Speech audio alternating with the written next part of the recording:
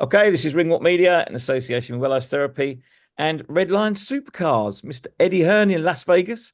Very kind of you to give us some time. How's Vegas? Yeah, it's great. I'm kind of getting a little bit older now and been here many times. So I do the boring stuff, which is sort of get all my work done, try and pop to the gym, have a bit of grub, and then get my nut down, which is very different to most of the clientele here. But we got a big show on Friday night in Sonora in Hermosillo, which we're going to be flying to after the weigh-in to Wow. kickstart Mexican Independence Weekend. It's a big deal out here. And obviously, Canelo Alvarez fights are extremely popular. And I'm looking forward to the fight. On the B side this time with Edgar Berlanga, and excited for his challenge. He's right up against it, but he's bang up for it. Well, you say the B side, but I don't think it is the B side because Edgar Berlanga so far has given us all the signs that he could be the man to take over Canelo's crown, so to speak. Well, I hope so. I think that you're talking about a guy that's um, so impressive in everything that he does in Canelo and so consistent that you're going to need a great performance from Edgar Berlanga, and you might need a little bit of luck along the way that Canelo is fading, or that he hasn't had a great camp, or physically he's not the same fighter. He hasn't really showed that necessarily in his recent fights, but he is getting on, and Yeah. sooner or later he's going to come up against a young, hungry fighter that just has a little bit too much for him, and we hope that's Edgar. But you can be rest assured, Berlanga will give it everything. He's not showed any signs of weakness in this build up. He's in tremendous shape and he really fancies it. But you got to get in there and you got to do it. And it's a tough task against Saul.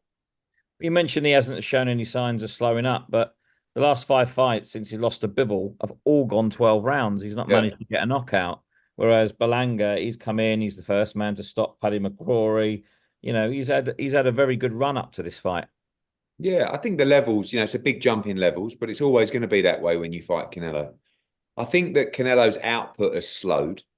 And I think that as he gets a little bit older, he doesn't want to overexert himself physically to get people out of there when he doesn't need to. Do you know what I mean? So, like, if you go back to the Ryder fight, Ryder was badly hurt in that fight, in the halfway stage.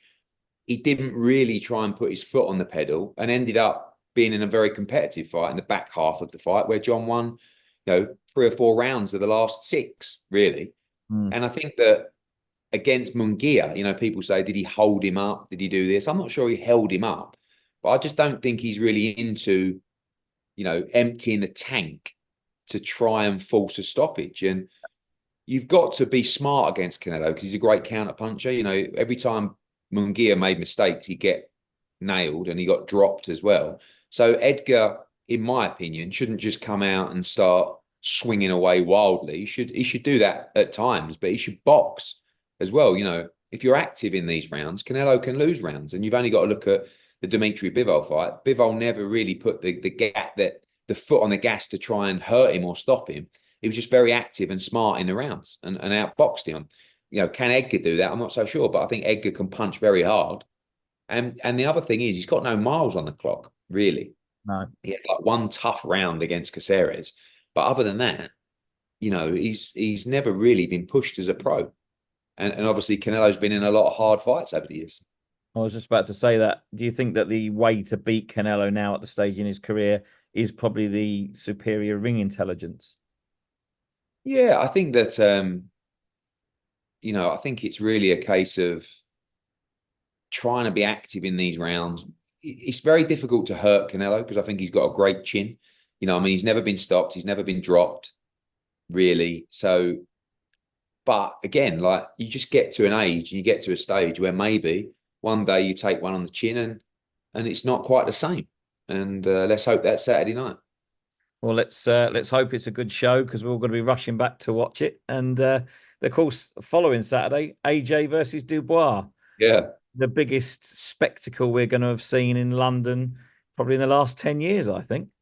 Yeah, going back to probably AJ against Klitschko, this Yeah. one will be the biggest gate. And I think it's a brilliant fight. Like as it draws closer, I think more and more people are starting to be intrigued by this fight. You've got two guys that I think a lot of people feel like are in the prime of their career right now. Um, and a fascinating fight between two Brits. One who's 34, one who's 26. 26, yeah. Both had loads of ups and downs in their careers respectively, but both real handfuls, both got great speed, and both that can turn your lights out with one punch. And that's what makes it such an intriguing matchup. And it's for the world heavyweight title. So, you get a lot of people trying to kind of talk up or find a narrative to give Dubois a shot in this fight. I don't think you need to find the narrative. He's just a very good fighter. He's overcome those defeats to Joyce and Usyk, and he's coming off two great wins against Miller and particularly Hrgovic. And I think his confidence has changed. I think his resolve has changed a little bit. But AJ's looking sensational, and he's punching so hard. But it's a real fight, and we know that AJ's the favourite, but it's not going to be easy. Do you think AJ's experience with the sort of later rounds, like, for example, Klitschko, I think it was 11th round, Povetkin was round 7, Pulev was round 9. Do you think that experience may well see him over the line just ahead of Dubois? I think experience will be key in a number of areas, particularly fight week, and next week you're going to see a wild fight week. Like, it's just going to be like nothing you've ever seen before. But also on the night itself, when these guys walk out, you've got to really hold your nerve and your composure. It's the same for Edgar this weekend. You can talk the talk, you can have a great camp, but when you get out there and you're looking across and it's AJ or it's Canelo Alvarez, like, you've got to be able to perform in that moment. And I don't think that the way that AJ stopped opponents in the past will help him, but a lot will depend on how Daniel Dubois approaches this fight. I don't know. Do they feel like jump all over him early, that's your best chance, or try and box smart and take the fight long? I don't know. I think those plans might go out the window when Dubois experiences that, that plethora of noise and that energy in the arena. And if he starts hot, Dubois, it could be an early night. And I fancy AJ to end the fight inside 3 rounds. But if he boxes cagey and, the fight could go deep. But, it's going to be very exciting, however long it lasts. We spoke to one of Dubois' coaches the other week, Kieran Farrell, and he insinuated, although he didn't confirm, that Dubois may well box the other way round. He may go southpaw. What do you make of that? I think the southpaw is beautiful for the straight right hand. I think it would be very creative for Daniel Dubois to attempt to fight southpaw in the biggest fight of his career. But I think AJ would be comfortable with that. Like you say, he's boxed all different styles. Yeah. He boxed southpaw back-to-back with Alexander Usyk. Then he boxed Otto Wallin just 2 fights ago as a southpaw. He's had success. And Dubois makes a lot of mistakes. And I think the one thing that Ben and Lee are very good at is punishing those mistakes. Yeah. And like I said, I've never seen AJ punching so hard. And if Dubois makes mistakes in there, he's going to pay. And he will make mistakes because he does. But he's also dangerous. And, like I said, not an easy fight at all.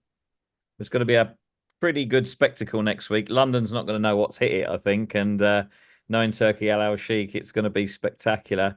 But there's a very good undercard, and one fight in particular, Anthony Cacace versus Josh Warrington, kind of gone under the radar a little bit, but that one threatens to be a proper tear-up, doesn't it?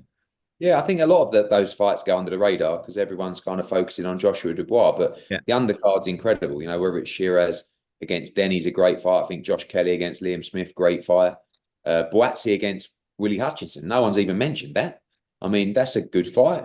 And of course, Warrington Cacace, which I think is the pick of the undercard. Really interesting fight. I think Cacace surprised us all against Joe. I do feel like he landed on Joe after the break.